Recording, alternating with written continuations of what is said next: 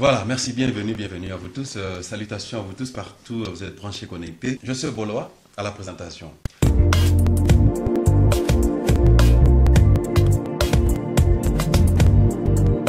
Bienvenue dans votre espace, émission Espace Dialogue. Bienvenue dans votre site internet www.congodialogue.com. Moi, c'est José Boloa. Ok, grand prêtre mère Francine Game de la Belgique, merci. Maman, toujours dans le cadre de Moussala, n'est-ce pas? Je voulais juste proposer qu'actualité, comme vous savez, Moïse Katumbi s'est dit qu'il doit être président. Matike Nzela Aya Nakatia Congo pour nous postuler en tant que futur président de la RDC. Alors, je ne veux pas monopoliser la parole. Je vais vous proposer aussi une analyse qu'un de compatriotes congolais en Afrique du Sud, à la personne de monsieur Jean Boissa, beaucoup la réaction. Qu'est-ce qu'il pense de Moïse Katumbi, de sa visite et de sa conclave pour le changement ici en Afrique du Sud? Qu'est-ce qu'il pense aussi d'Eliezer qui est en problème avec le gouverneur de Mbujimai, monsieur Ngoyi Kassanji, n'est-ce pas? Donc Eliezer a un problème de ministre de l'Habitation côté prison Makala, avocat va ça va démarche de façon qui va bimisailler. Donc le président des magazines Tokomiwa puis donc a un problème. Alors nous sommes de cœur avec monsieur Eliezer. Alors monsieur Jean Boissa va donner aussi son point de vue par rapport à l'arrestation de M. Eliezer et puis après sa opinion s'il y aura des élections ou pas. Il est pour, il est contre, il va analyse. Grand merci Nabino, vous avez toujours connecté, branché, connecté dans le dialogue et puis vous s'abonner massivement pour toujours des formations, des évolutions dans la politique, dans la diaspora. Merci, on va se retrouver à la prochaine. Grand merci à grand prêtre mère Francine Gembe de la Belgique. Grand merci aussi à Jenny Okassa, la charmante. Merci pour la matériel à la disposition. Merci Nabino Nyon, sur vos confiance. Moi, c'est juste Bola avec Espace Dialogue. C'est ça, Congo Dialogue. Restez branchés. Salutations, monsieur Jean Boissa. Bonjour. Comment vous allez? Très bien. Juste une petite salutation et présentation à nos téléspectateurs de Congo Dialogue. Bon, je ne pense pas être nouveau sur ce plateau. Bien sûr. Et je vous remercie une fois de plus de pouvoir nous accueillir dans cette émission. Tout le plaisir est pour nous et cela nous va droit au cœur que vous ayez convié nos services afin que nous puissions parler du Congo, notre mère patrie, ce pays que nous aimons tant et que nous déplorons. Mais avant toute chose, nous aimerions présenter les condoléances au peuple sud-africain qui vient de perdre la mère de la nation, Winnie Madikizela Mandela. Et nous sommes vraiment attristés de cette perte. Mais tout autant, nous pouvons dire que nous sommes heureux parce qu'elle a marqué l'histoire de son pays, de par son combat, de par la manière dont elle a défié le régime de l'apartheid. Et nous aimerions et nous souhaiterions que nous puissions avoir une femme d'une telle trempe qui puisse aussi se lever pour le Congo, parce que ce n'est pas seulement une affaire de genre masculin, mais c'est une affaire de tout Congolais et de toute Congolaise. Donc nous, en ce moment, nous sommes avec le peuple sud-africain parce que c'est une terre qui nous a accueillis en tant que Congolais. Nous avons vu leur lutte. Et nous espérons que de la manière où le peuple sud-africain a lutté pour libérer son pays, en tant que peuple congolais, nous allons faire de même. Et c'est pour cela que nous sommes là, parler de notre pays. Voilà, parler de notre pays, M. Jean Boissa, nous vous avions vu il y a 2-3 semaines passées, présentement, physiquement, au conclave qui a organisé, conclave pour les changements qu'a organisé M. Moïse Katumbi. Nous avions vu votre présence là-dessus et quelle est votre implication dans ce conclave? Qu'est-ce que vous avez retenu en tant que membre de la diaspora? Bien, je crois que vous avez vu la manière dont je suis en train de sourire et c'est un sourire amer de toutes les façons. J'étais malheureusement pas au conclave de M. Moïse Katumbi pour plusieurs raisons. Et pour moi, on ne mélange pas les choux et la choucroute. Monsieur Moïse Katumbi a dirigé la province du Katanga et nous savons quel est le bilan que nous pouvons dresser par rapport à la direction qu'il a faite au niveau du Katanga. Mais c'est à lui de répondre à la population et aux Katangais. Pour moi, en ce qui me concerne, ce conclave, comme je l'avais dit auparavant dans une autre émission, c'est un non-événement. Parce que c'est un conclave pour lequel il est en train de se préparer pour les élections. C'est là où nous devrions arriver forcément. Et nous ne pensons pas qu'en ce moment-ci, en tant que Congolais, nous pourrions parler d'élections parce que le pays est occupé. Et sous occupation, on ne peut pas organiser des élections. La France était occupée par l'Allemagne et durant le régime de Vichy, et la France n'avait pas organisé les élections. Nous ne comprenons pas pourquoi et nous ne voyons pas pourquoi nous devons en ce moment-ci organiser les élections au Congo dans un climat délétère qui est le nôtre. Je crois que le peuple doit être appelé à lutter et à se dépasser pour que nous puissions dire non, c'est non. Donc je n'étais pas au conclave pour vous répondre sans embâge. Je n'étais pas présent pour les raisons que vous soupçonnez d'être. Voilà, pour les raisons soupçonnées, mais nous avions vu sa présence ici.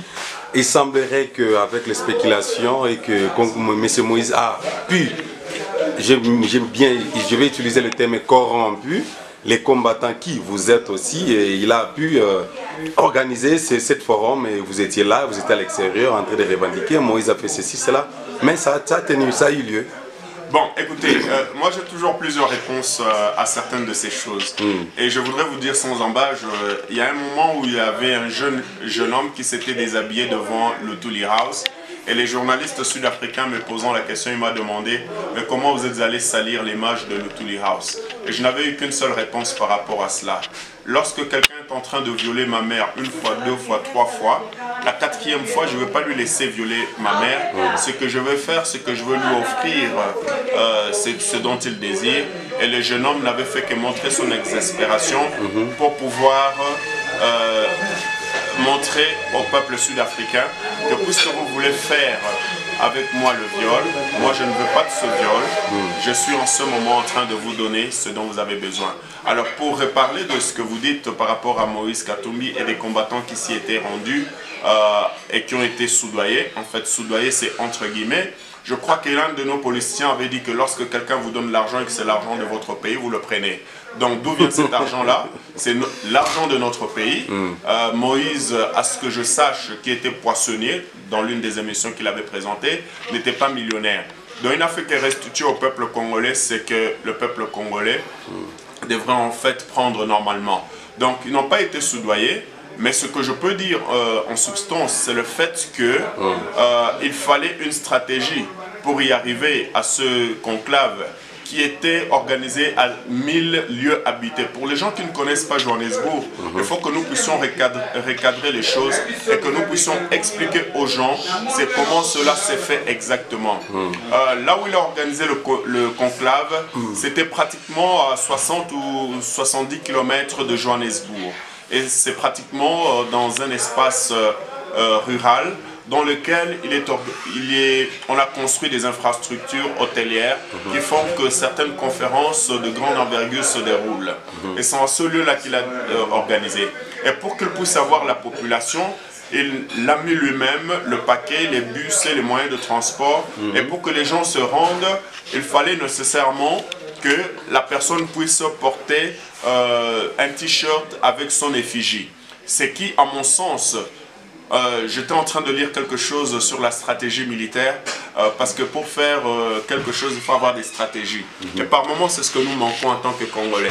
Donc, ce qui signifie en d'autres termes que le combattant, en tant que stratège, ce qu'ils ont fait, se sont dit, bon, puisqu'il faut y arriver, et en y arrivant, il faut porter nécessairement un tricot.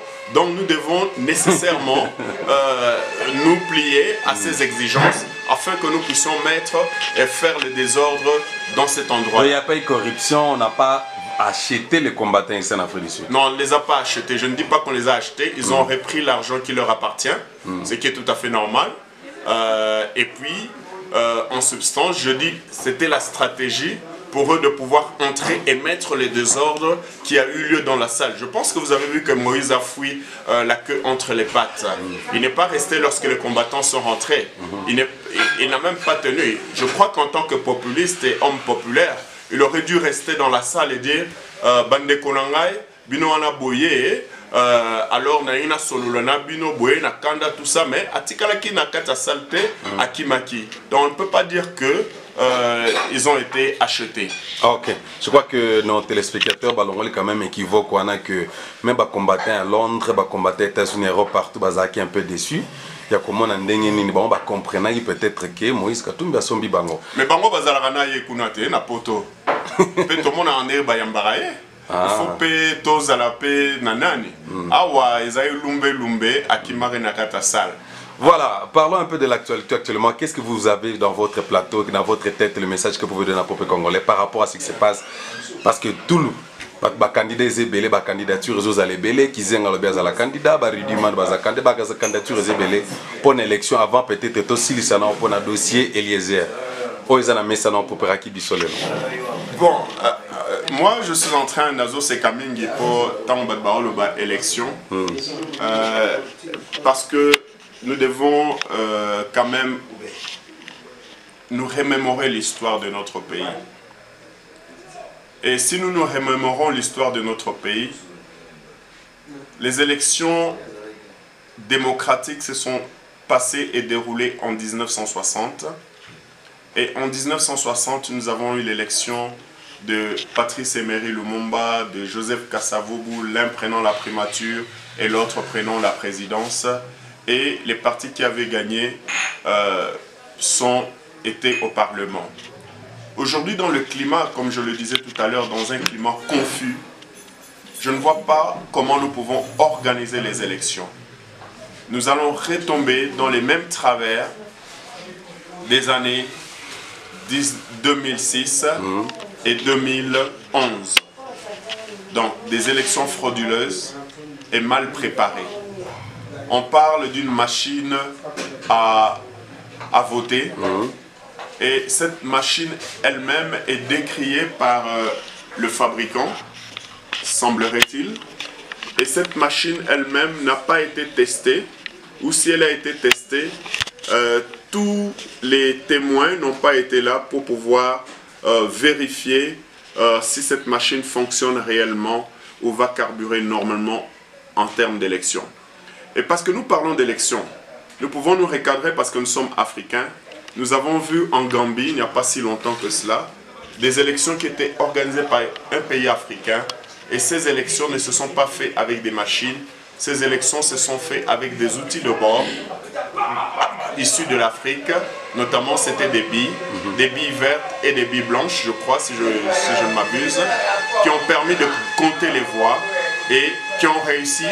Et Yaya Jammeh, n'ayant pas gagné les élections, a été forcé de quitter le pouvoir. Donc on doit essayer de recadrer les choses. Et dans notre pays, nous avons beaucoup de bois. Donc si nous ne pouvons pas utiliser les billes, je pense qu'on pourrait même utiliser du bois. Du bois, soit on fera un bois plus court, mais pourquoi pas, parce que nous avons le bois noir, hein, et nous avons aussi le bois rouge. Pourquoi ne pas avoir des élections qui se fassent sur base des tiges rouges et noires qui vont nous éviter de faire des dépenses. En fait, ce sont des choses auxquelles je suis en train de cogiter parce que l'un des philosophes disait « cogito ergo sum », je pense donc je suis. Donc, il ne faut pas que nous puissions toujours calquer l'homme blanc avec des élections qui ne nous ont pas amené la paix en ce moment dans notre pays. Donc, pour moi, il n'y a pas d'élection. Nous devons d'abord nous libérer de l'occupation parce que nous sommes un pays occupé par non seulement des étrangers, mais aussi des entreprises que nous appelons les entreprises multinationales qui n'ont pas intérêt à voir le Congo libre et le peuple congolais jouir des richesses que le Seigneur, le Créateur, a daigné donner à notre pays. Juste un petit mot de votre part, votre réaction par rapport à l'affaire Ndeko Eliezer. Je sais que vous n'êtes pas du média, mais du moins vous êtes quand même un homme, un analyste politique. Alors, Makanisne Zandengin Eliezer Bakangi, il faut à côté prison Makala, Ngoï Kassanji a porté plainte na Makala. Votre mot là-dessus en tant que penseur. Bon, en fait, ce que je pourrais dire, c'est que il est important que nous puissions, une fois de plus, analyser les choses avec beaucoup de parcimonie. En mon sens, cet arrêt est dans l'espace. On ne peut pas, à des milliers de kilomètres comme ça, juger ce qui se passe parce que nous ne sommes pas sur le terrain. Quels sont les faits réels qui sont reprochés à Eliezer Ntambwe? Qu'est-ce qu'il y a eu au juste? Nous ne le savons pas, nous n'avons que des bruits de couloirs qui passent par-ci par-là. pour le moment, comme c'est la justice, nous savons comment est notre justice au Congo. Et nous espérons que cette justice pourra changer un jour. Et nous espérons que cette justice sera une justice qui sera impartiale et qui fera son travail par rapport à la déontologie des cours et tribunaux. Nous pensons aussi qu'en tant que journaliste, parce que vous êtes journaliste, nous avions à l'époque l'une des grandes institutions journalistiques de l'Afrique, qui était l'IFASIC, qui a été dirigée pendant plusieurs années par le professeur Malembe Tamandiak. Et à mon sens, cette institution a produit des journalistes de grande facture. On peut vous en citer Chimpumpu Chimpumpu, Dimanja Wembi, ainsi de suite. Il y a toute une panoplie qui ont fait leur travail avec conscience, avec déontologie et éthique professionnelle, avec une probité morale. Et c'est ce que nous demandons à vous qui êtes les journalistes, les hommes des médias, de la presse, que vous puissiez faire votre travail dans l'intégrité de votre conscience. Parce que lorsque l'intégrité de la conscience n'est plus là, en ce moment-là, le bas blesse et tout peut vous arriver. Donc nous espérons que la justice fera son cours et que la justice va trancher par rapport à celui qui aura raison dans cette affaire. C'est tout ce que moi je peux vous dire parce que je n'aimerais pas tellement épiloguer là-dessus. Il y a à boire et à manger dans cette histoire et je ne sais pas ce qu'il faut boire et ce qu'il faut manger. Voilà. Voilà, merci beaucoup M. Jean Boissa. J'aimerais que, en tant que compatriote congolais, votre message, ce qui vient dans votre tête actuellement, où sommes-nous, où allons-nous, qu'est-ce que le peuple congolais doit s'attendre, doit faire actuellement, présentement, pendant que tous les chronos tournent vers le 23 décembre 2017, même si vous dites qu'il n'y a pas des élections, mais sur le plan pratique au niveau de la RDC, il y a des bruits ça et là, il y a des calendriers qui ont été déjà élaborés. Mais en tant que compatriote ici en diaspora, qu'est-ce que le message que vous avez donné aux compatriotes congolais éparpillés au travers le monde, ce que vous avez en tête actuellement? Moi j'ai toujours dit aux gens que le jour où notre peuple, et je pense même la dernière émission que nous avions eue ensemble, je prône l'unité. Le jour où le peuple congolais, même ici nous dans la diaspora, au lieu de parler d'individualité, au lieu de parler de Kingandi, nous devrions en somme nous unir comme les doigts de la main afin que cette unité puisse nous amener vers un destin commun et collectif pour le bien-être de tout le monde. Le jour où le peuple congolais est uni et se lève comme un seul homme, avant le 23 décembre, quelle que soit la date, et on ne doit même pas publier la date dans laquelle ou à laquelle le peuple congolais va se lever. Il suffira d'une étincelle, d'une tige d'allumette pour embraser tout le Congo, pour que nous puissions nous libérer contre les étrangers, contre tous ces inciviques qui sont en train aujourd'hui de nous ramener à l'esclavage. Parce que lorsque le Monseigneur Mosengo parlait de la prison à ciel ouvert, moi, j'ai toujours dit que nous sommes des esclaves. Et nous sommes pire que des esclaves dans notre pays. Et cela est inacceptable. Et c'est maintenant que nous devons prendre conscience, où que nous soyons, pour que nous puissions nous lever, pour que nous puissions nous libérer. Et ce jour-là, M. Hippolyte Kanambe fuira ce pays-là avec tous ceux qui sont en train de l'appuyer. Et quand je dis tous ceux, même ceux qui se déclarent être des Congolais, mais qui ont changé leur nationalité en devenant Belges, Américains, Français, Australiens, ils doivent ipso facto se dire qu'ils ne sont plus Congolais. Ils ont perdu cette nationalité par le simple fait qu'ils ont fait le choix de ne pas être appelés Congolais. Pourquoi? Je le dis avec beaucoup de sérieux. Nous sommes ici en Afrique du Sud. Nous avons nos enfants. Fort malheureusement, si vous auriez pu me donner l'opportunité, je devais vous montrer les documents que nos enfants obtiennent ici en Afrique du Sud. Les certificats de naissance, lorsque nos enfants naissent ici, sont marqués sont libellés tels que suit. Au-dessus, il est marqué alien. Alien signifie quoi? Que tu es un aliéné, c'est-à-dire que tu n'appartiens pas en Afrique du Sud. Il n'y a pas un numéro d'identification, donc on ne peut même pas ouvrir un compte en banque pour nos enfants. Ce qui signifie en d'autres termes que nous sommes méprisés à l'étranger et qu'au Congo, on veut que nous acceptions tout le monde. Franchement, ça c'est inacceptable. Donc j'aimerais vous dire en suspens par rapport à cela. Lorsque moi je prends ma nationalité et que je la vends, et demain je viens et je dis non je suis congolais, parce que j'ai besoin d'un poste ministériel, parce que je voudrais être membre du Parlement, alors que je ne défends pas les intérêts du Congo, en ce moment-là, je ne vois pas la raison pour laquelle on doit m'appeler Congolais. Toute personne qui a renié sa nationalité doit faire un mea culpa, demander pardon à la nation et faire une demande pour qu'il puisse récupérer la nationalité congolaise. Et ce n'est que lorsque nous aurons des cours et tribunaux, ce n'est que lorsque nous aurons un gouvernement réellement responsable qui pourra prendre ces demandes de recouverte de nationalité, ce n'est qu'en ce moment-là que nous pourrions analyser cela et voir si nous pouvons leur réaccorder la nationalité. Parce qu'aujourd'hui, nous sommes gouvernés par des gens qui ne sont pas des Congolais. Nous sommes gouvernés par des gens qui ont de double nationalité. Nous sommes gouvernés par des gens qui ont des triples et 4 nationalités. Vous avez vu le cas de celui dont vous me parlez au début de cette émission. Et aujourd'hui, vous allez me dire, non, il est Congolais. Il est Congolais en vertu de quoi?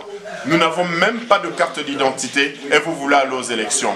Comprenez un peu, mon frère Josué. Comment allons-nous aux élections lorsque nous n'avons pas de carte d'identité et la carte d'électeur est en train de faire office de carte d'identité? N'importe qui, qu'il vienne de Panama, qu'il vienne de l'Antarctique, qu'il vienne de Acapulco, peut se présenter au Congo, obtenir une carte d'électeur et voter parce que vous dites qu'il est Congolais. En vertu de quoi nous pouvons dire cela?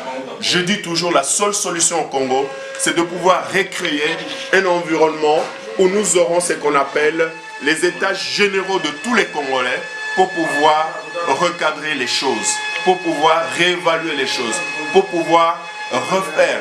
Et nous avons quelque chose sur la table. On ne va pas partir sur une table rase, parce que les gens pourraient penser que nous aurons une table rase. Non, nous avons les résolutions de la conférence nationale souveraine de 1992 à 1994, qui sont des papiers qui avaient réuni tous les Congolais, Zaïrois à l'époque, et qui reflètent les aspirations du peuple congolais en ce moment-ci. Je pense qu'en prenant ces résolutions-là, en les mettant sur une table de dialogue entre Congolais, je dis bien, pas de dialogue facéti, mais de dialogue entre tous les Congolais. C'est en ce moment-là que nous allons dire, bon, ce document avait été élaboré en 1992, maintenant nous sommes en 2018, qu'est-ce que nous pouvons ajouter, qu'est-ce que nous pouvons retrancher pour avoir un document, une ligne, un canevas qui va diriger le Congo pendant une période transitoire sans Kabila. Je dis bien une période transitoire sans Kabila. Il n'est pas question que M. Kabila ou M. Kanambe, qu'importe, soit au devant de la scène en ce moment. Nous appelons à la communauté internationale de pouvoir apporter le soutien à tous les Congolais afin que les Congolais puissent dessiner l'avenir de demain pour nos enfants, pour les enfants de tous les Congolais, qu'ils soient de l'étranger, qu'ils soient à l'étranger ou qu'ils soient au Congo. Ce pays-là a besoin de redémarrer parce que c'est un pays qui est le poumon de l'Afrique, c'est le cœur de l'Afrique. C'est à partir de ce pays que Frantz Fanon, le secrétaire général des Nations Unies, avait dit « L'Afrique a la forme d'un revolver dont la gâchette est placée au Congo. » Et cette gâchette-là n'a pas encore détonné aujourd'hui pour construire l'Afrique. C'est pas étonnant qu'on parle des problèmes d'eau. On vous a dit qu'on est en train de demander à ce qu'on puisse faire des canaux, afin que ces canaux-là puissent amener de l'eau au lac Tchad. On vous dit qu'on a besoin de l'eau ici à Cape Town. On a besoin des canaux pour que cela amène de l'eau ici. Mais cela ne peut se faire que lorsque nous avons des relations d'affaires qui sont soignées et qui sont soudées et qui sont solides avec un gouvernement qui se respecte. Pas des gouvernements fantoches et bidons qui sont en train aujourd'hui de nous amener à l'emporte-pièce. Je vous remercie. Merci beaucoup, M. Jean Boissois. Très le plaisir est pour nous de vous avoir dans notre plateau. Tout le plaisir est pour moi. Je crois que nous allons lancer un mouvement prochainement. Et ce mouvement, c'est reconstruisons le cœur de l'Afrique. Reconstruisons le cœur de l'Afrique. Reconstruisons le cœur de l'Afrique. Trait d'union, construisons le cœur de l'Afrique. Merci beaucoup.